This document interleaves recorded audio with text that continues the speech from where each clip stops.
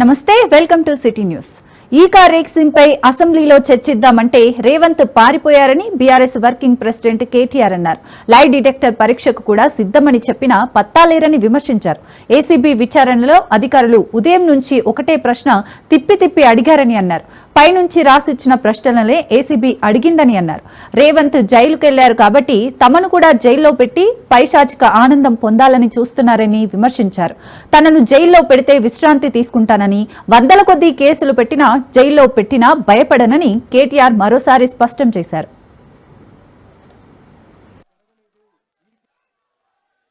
ఈడికెళ్లి ఎట్టి పరిస్థితుల్లో ఫార్ములా ఈ రేస్ పోవద్దు అని చెప్పి మొదటి సంవత్సరం విజయవంతంగా నిర్వహించిన తర్వాత రెండో సంవత్సరం కూడా ఈడనే ఉండాలి అని చెప్పి ప్రభుత్వ పరంగా విధానపరమైన నిర్ణయం తీసుకొని మరి కొంత డబ్బులు చెల్లించినాం. ఒక్క రూపాయి కాదు కదా, ఒక పైసా కూడా అవినీతి జరగలేదు. ఈడికెళ్లి పైస పోయింది, అక్కడ ఉన్నది, ఇలా అవినీతి ఎక్కడ ఉంది అని అవినీతి నిరోధక శాఖ అధికారులను అడిగినాం. సమాధానం లేదు. బెబ్బెబ్బే ఏంది అంటే ఫైల్ ఇటు పోయిందా, ఇటుకెళ్ళి పోయిందా, నువ్వు కుడి చేపులకి వెళ్ళిచ్చినావా పైసలు, ఎడమ చేపులకి వెళ్ళిచ్చినావా పైసలు అని చెప్పి పనికిమాలిన ప్రశ్నలు తప్ప, చిట్టినాయుడు రాసిచ్చి పంపిన ప్రశ్నలు తప్ప ఏమీ లేని విషయం. అందుకే నేను మొన్న చెప్పినా మళ్ళీ చెప్తున్నా, ఇది లొట్టపీస్ కేసు, ఈయన ఒక లొట్టపీస్ ముఖ్యమంత్రి. ఏది కాదు వీళ్ళతోని ఏం చేయరాదు. పరిపాలన చేత కాదు, ప్రజలకిచ్చిన హామీలు నెరవేర్చే దమ్ము లేదు. అందుకే దద్దమ్మ రాజకీయంతో ఇవాళ తప్పించుకునే ప్రయత్నం చేస్తా ఉన్నారు. మొన్ననే మన నాయకుడు పెద్దలు తెలంగాణ సాధించిన నాయకుడు కేసీఆర్ గారిని కమిషన్ ముందుకు పిలిచిండు. అంతకుముందు హరీష్ రావు గారిని కమిషన్ ముందుకు పిలిచిండు. ఆయనకున్నదంతా ఒకటే షోకు, నేను నెల రోజులు జైలున్నా లుచ్చా పని చేసి వీళ్ళని కూడా పెట్టాలి ఒక కొన్ని రోజులు, అదొకటే ఆయన షోకు. ఆయనకున్న పైశాచికానందం అదొకటే. నాకు జరిగింది నీకు కూడా జరగాలన్నట్టు ఆయన ఎట్టి పరిస్థితుల్లో కొన్ని రోజులు జైలు. కేటీఆర్ పై జరుగుతున్న విచారణల నేపథ్యంలో మాజీ మంత్రి హరీష్ రావు స్పందించారు. లొట్టపీసు కేసులో కేటీఆర్ విచారణకు వెళ్లి వచ్చారు, కానీ ఇది కేవలం రాజకీయ కక్ష మాత్రమేనని హరీష్ రావు అన్నారు. ఇప్పటి వరకు రేవంత్ రెడ్డి 14 నెలల కాలంలో కేటీఆర్ పై 14 కేసులు పెట్టారు. ఇవన్నీ అటెన్షన్ డైవర్షన్ కోసం జరుగుతున్నాయని ఆరోపించారు. ప్రస్తుతం రాష్ట్రంలో చిల్లర రాజకీయాలు జరుగుతున్నాయని, ఏ చిన్న విషయం జరిగినా కేసులు పెడుతూ ప్రతాపం చూపిస్తున్నారని మండిపడ్డారు.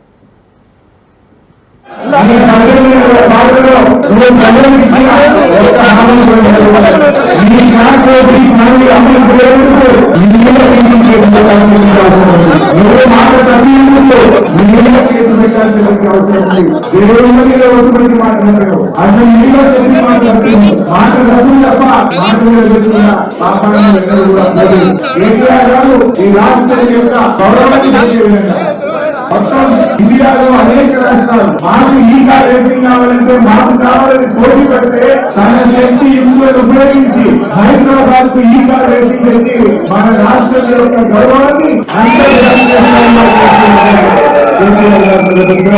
రేవంత్ రెడ్డి నువ్వు ఎవరు నిర్వహించను అన్నా, ఎవరు ఏ రాష్ట్రం కూడా అందాల పోటీలు నిర్వహించకూడదు, ఎవరు మాట్లాడుతున్నారు అందాల పోటీలు రాష్ట్రానికి తెచ్చి ప్రపంచం ముందు రాష్ట్ర పరువు తీసిన రేవంత్ రెడ్డి ఇవాళ ఈ దేశ పరువు, ఈ రాష్ట్ర పరువు మాట్లాడే రేవంత్ రెడ్డి ఇలా అందరూ కావాలన్నా ఈ కార్ రేసింగ్ పోటీలో మన రాష్ట్రానికి తెచ్చి మన గౌరవాన్ని తెచ్చింది కేటీఆర్ గారు. అంటే ఎవరు మొత్తం నిర్వహించి అందాల పోటీలు నిర్వహించి ఈ రాష్ట్రాన్ని అభివృద్ధిపరచాల్సిన చరిత్ర రేవంత్ రెడ్డి. ఎంపీ చామల కిరణ్ కుమార్ రెడ్డి కీలక వ్యాఖ్యలు చేశారు. ఫార్ములా ఈ రేస్ కేసులో కీలకమైన అరవింద్ కుమార్ ఎక్కడ ఉన్నాడో కేటీఆర్ చెప్పాలన్నారు. అరవింద్ కుమార్ కుటుంబ సభ్యులకు కూడా ఆయన ఎక్కడ ఉన్నాడో తెలియదన్నారు. అరవింద్ కుమార్ విదేశాలకు వెళ్లిపోయాడనేది తమకున్న సమాచారం అన్నారు. కేటీఆర్ అరెస్ట్ కావాలంటే అసలు పాత్రధారి అరవింద్ కుమార్ ఉండాలన్నారు. అరవింద్ కుమార్ ఎక్కడ ఉన్నాడో అని ప్రభుత్వం కూడా విచారణకు ఆదేశించవచ్చని చామల వ్యాఖ్యానించారు. అరవింద్ కుమార్ విదేశీ పర్యటన గురించి ప్రభుత్వం అనుమతి తీసుకున్నారా లేదా అనేది ప్రభుత్వం చెప్తుందన్నారు.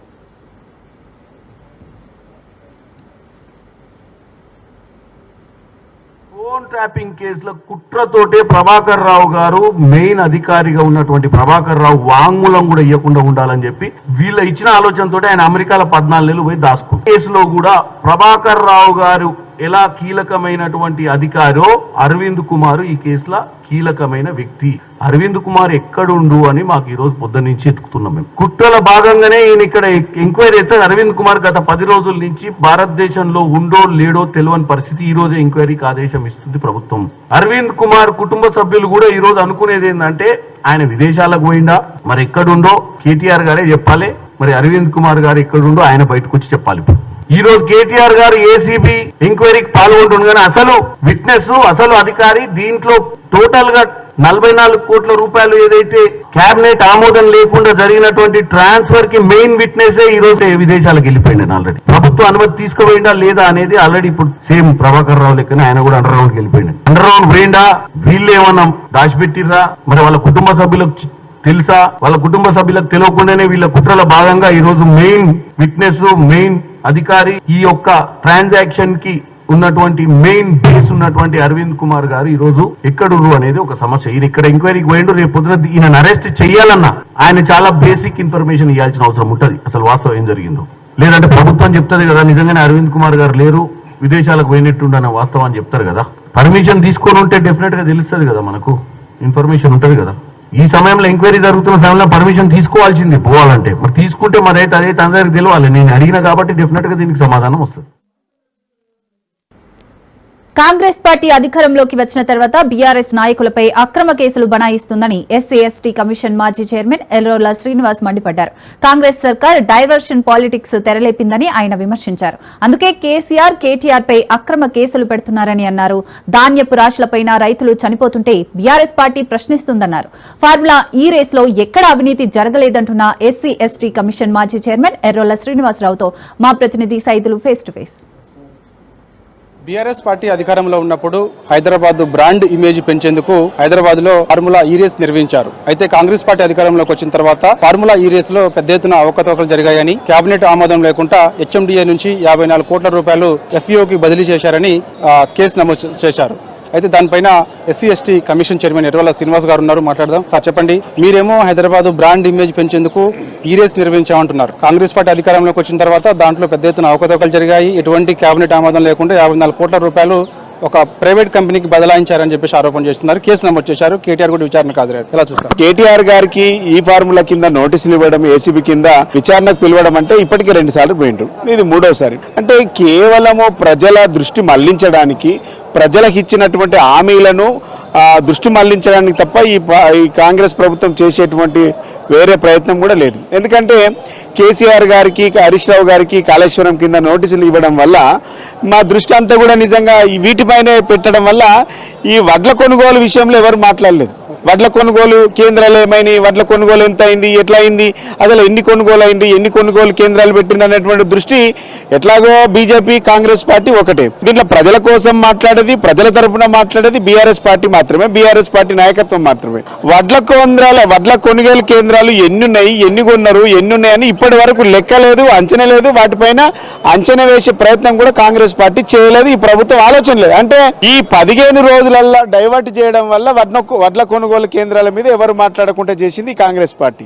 దీంట్లో కుంభకోణం లేదు, ఇలా కరప్షన్ లేదు, ఇలా అన్ని కూడా అఫీషియల్గా అధికారికంగా జరిగినటువంటి ట్రాన్సాక్షన్సే ఉన్నాయి తప్ప దీంట్లో ఎలాంటి అవినీతి జరగలేదు.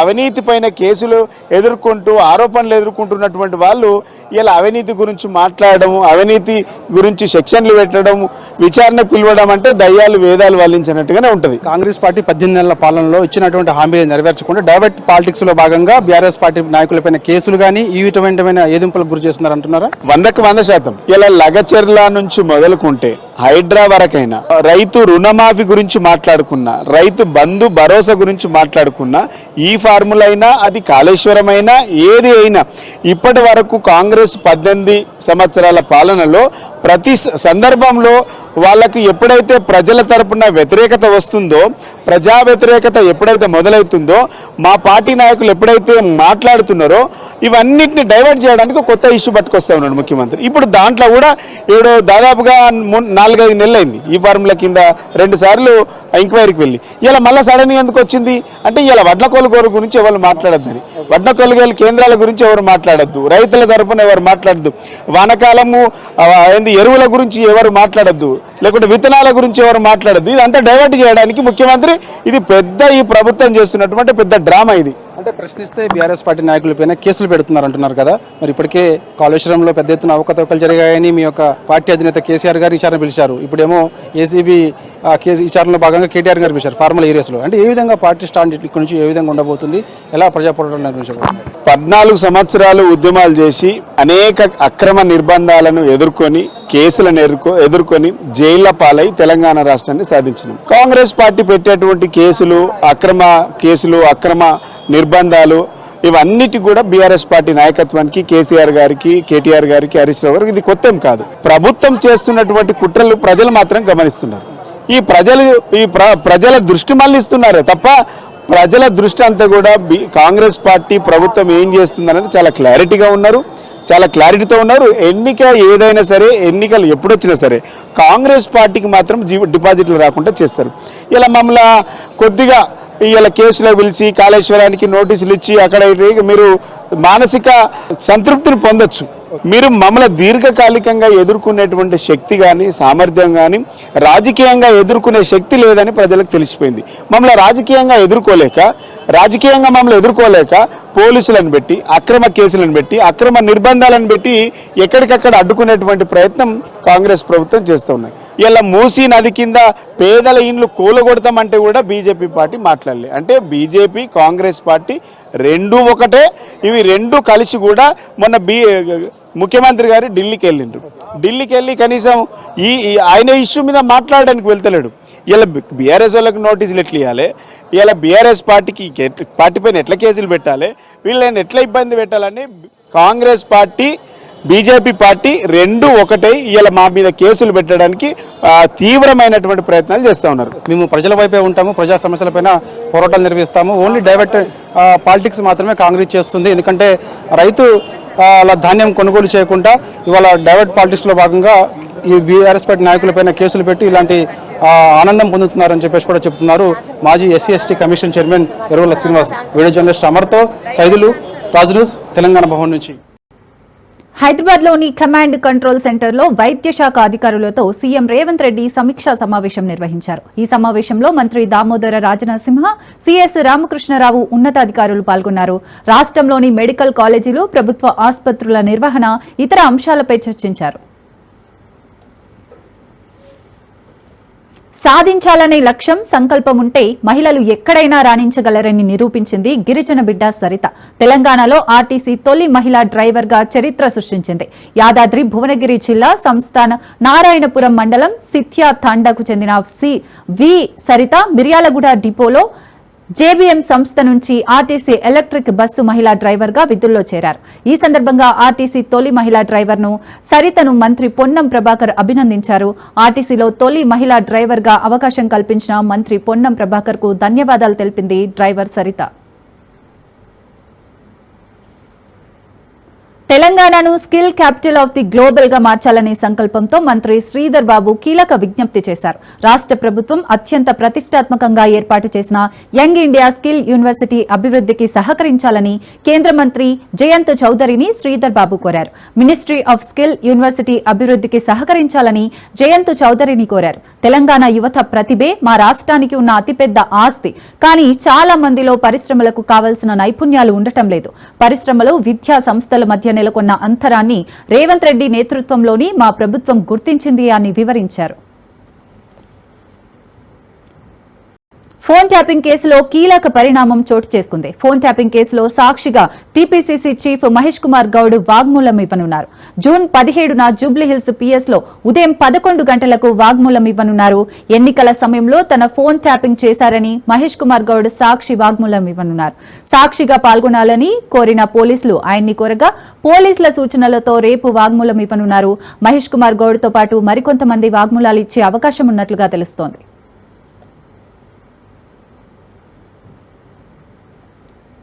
మాజీ మంత్రి హరీష్ రావు అస్వస్థతకు గురయ్యారు. హై ఫీవర్ తో ఆసుపత్రిలో చేరారు. కాగా బేగంపేట కిమ్స్ ఆసుపత్రిలో హరీష్ రావుకు చికిత్స అందిస్తున్నారు. కేటీఆర్ సమావేశం మధ్యలోనే ఇబ్బంది పడ్డ హరీష్ రావు అక్కడి నుంచి వెళ్లిపోయారు.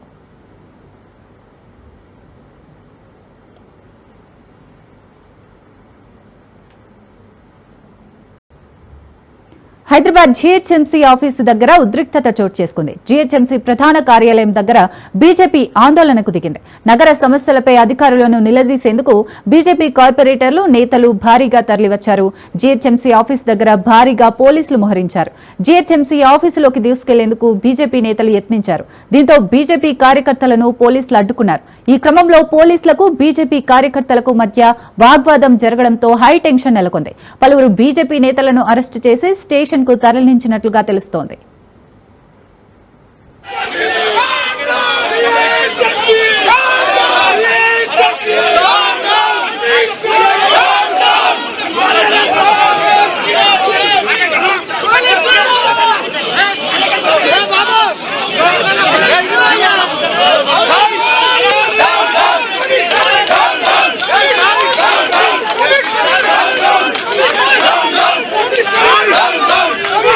చేతులు కాలినంక ఆకులు పట్టినట్లు కాంగ్రెస్ ప్రభుత్వ తీరు ఉందని మాజీ మంత్రి హరీష్ రావు అన్నారు.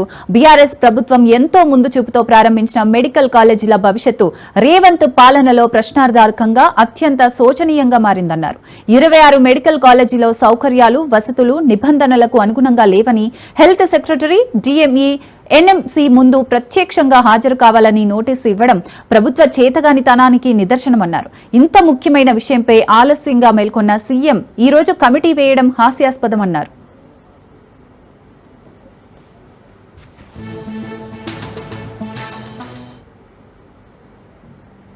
సికింద్రాబాద్ గాంధీ ఆసుపత్రిలో ఇటీవల నెలకొన్న పరిస్థితులపై పరిశీలించేందుకు కేంద్ర బొగ్గు గనుల శాఖ మంత్రి కిషన్ రెడ్డి ఆసుపత్రిని సందర్శించారు.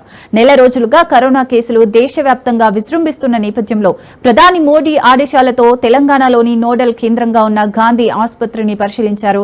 కరోనా సమయంలో గాంధీ ఆసుపత్రిలో ఏర్పాటు చేసిన ఆక్సిజన్ ప్లాంట్లను పరిశీలించారు. అనంతరం గాంధీ ఆసుపత్రిలో కొన్ని విభాగాల్లో తిరుగుతూ రోగుల సమస్యలను అడిగి తెలుసుకున్నారు.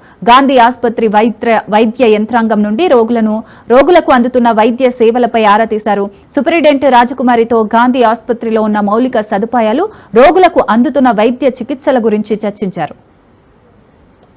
తెలంగాణ రాష్ట్రంలో పెద్ద హాస్పిటల్ అయినటువంటి గాంధీ హాస్పిటల్ ఈరోజు నా పార్లమెంట్ కాన్స్టిట్యూన్సీలో పరిధిలో ఉన్న సందర్భంగా విజిట్ చేయడం జరిగింది. హాస్పిటల్లో అనేక రకాల సౌకర్యాలు ఇచ్చేటువంటి ప్రయత్నం కూడా జరుగుతుంది. ముఖ్యంగా ప్రధానమంత్రి గారు మీ నియోజకవర్గాల్లో ఉన్నటువంటి ప్రభుత్వ ఆసుపత్రులన్నీ కూడా విజిట్ చేయాలని చెప్పి ప్రధానమంత్రి గారు స్వయంగా ఆదేశించారు. ఎందుకంటే కరోనాకు సంబంధించినటువంటి పాజిటివ్ కేసులు దేశంలో పెరుగుతున్న నేపథ్యంలో ఒకసారి హాస్పిటల్ మేనేజ్మెంట్ను, హాస్పిటల్ సిబ్బందిని అందరినీ కూడా కరోనా విషయంలో అలర్ట్ చేయాలి. కరోనా ప్రోటోకాల్ విషయంలో కొంత అందరూ కూడా మళ్ళీ జ్ఞాపకం చేయాలనే దృక్పథంతో ప్రధానమంత్రి ఆదేశించారు. ఈరోజు ఇక్కడ కూడా వివిధ డివిజన్స్, వివిధ ఆసుపత్రుల్లో ఉన్నటువంటి విభాగాలను కూడా స్థానికంగా ఉన్నటువంటి శశిరెడ్డి గారు, శ్యామసుందర్ గౌడ్ గారు, స్థానికంగా ఉన్నటువంటి సూపరింటెండెంట్ గారు, ఆర్ఎంఓ గారితో కలిసి విజిట్ చేయడం జరిగింది. బీఆర్ఎస్ ఎమ్మెల్యే పాడి కౌశిక్ రెడ్డికి హైకోర్టులో ఎదురుదెబ్బ తగిలింది. తనపై నమోదైన బెదిరింపుల కేసును కొట్టివేయాలని కోరుతూ ఆయన దాఖలు చేసిన పిటిషన్ను ఉన్నత న్యాయస్థానం తిరస్కరించింది. ఆయన దాఖలు చేసిన పిటిషన్ను కొట్టివేస్తూ హైకోర్టు ఉత్తర్వులు జారీ చేసింది. వంగపల్లి గ్రామంలో గ్రానైట్ వ్యాపారి మనోజ్ ఒక క్వారీని నిర్వహిస్తున్నారు. ఎమ్మెల్యే కౌశిక్ రెడ్డి తమను 50 లక్షలు ఇవ్వాలంటూ బెదిరించారని మనోజ్ భార్య ఉమాదేవి పోలీసులకు ఫిర్యాదు చేశారు. ఈ ఫిర్యాదు ఆధారంగా హన్మకొండ జిల్లా సుబేదారి పోలీసులు పాడి కౌశిక్ రెడ్డిపై కేసు నమోదు చేశారు. ఈ నేపథ్యంలో తనపై నమోదైన ఈ కేసును కొట్టివేయాలని అభ్యర్థిస్తూ కౌశిక్ రెడ్డి తెలంగాణ హైకోర్టును ఆశ్రయించారు. ఈ పిటిషన్పై విచారణ జరిపిన న్యాయస్థానం ఆయన అభ్యర్థనను తోసిపుచ్చింది. హైకోర్టు తాజా ఉత్తర్వులతో బెదిరింపుల కేసుకు సంబంధించి తదుపరి దర్యాప్తు కొనసాగనుంది.